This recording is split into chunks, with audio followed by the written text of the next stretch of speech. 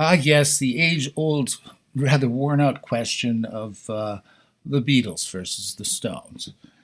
And somebody asked me, who was better the other day.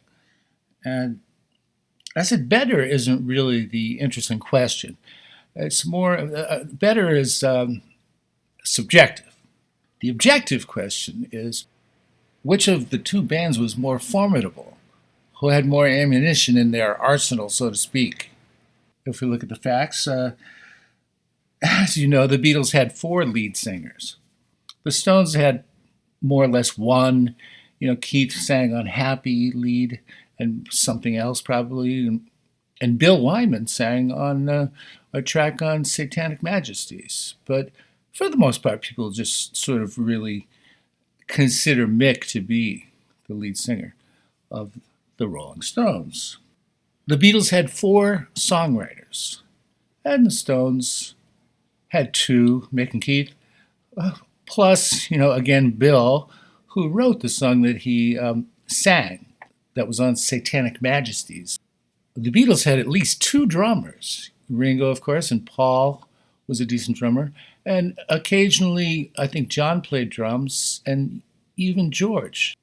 The song Dear Prudence comes to mind. Ringo had quit the band, and so Paul stepped in, and he did the drums. And I think even John and George participated in that.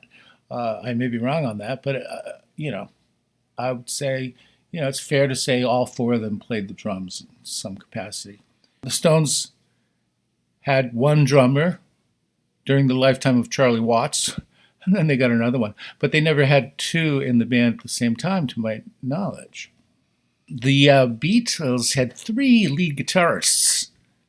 George, of course, Paul, very good, and John, who played lead guitar on Get Back, and also on Honey Pie, and perhaps a few others that I don't know about.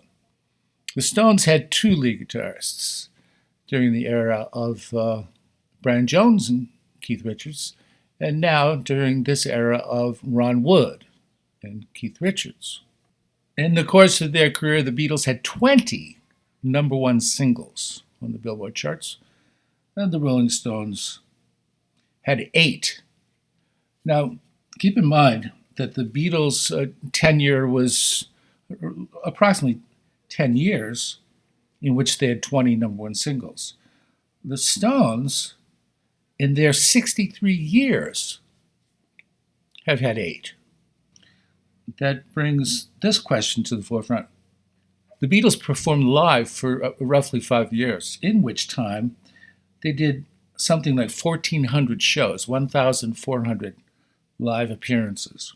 Now back to the 63-year career of the Rolling Stones. In 63 years, they did 2,000 shows, roughly, 2,000 live appearances.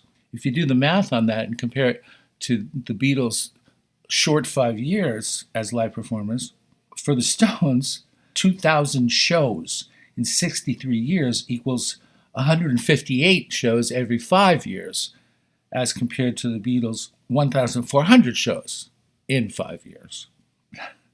I think, it doesn't mean that one band is better than the other. I just wanted to point out that the Beatles were packing more ammunition, in their arsenal than the Stones.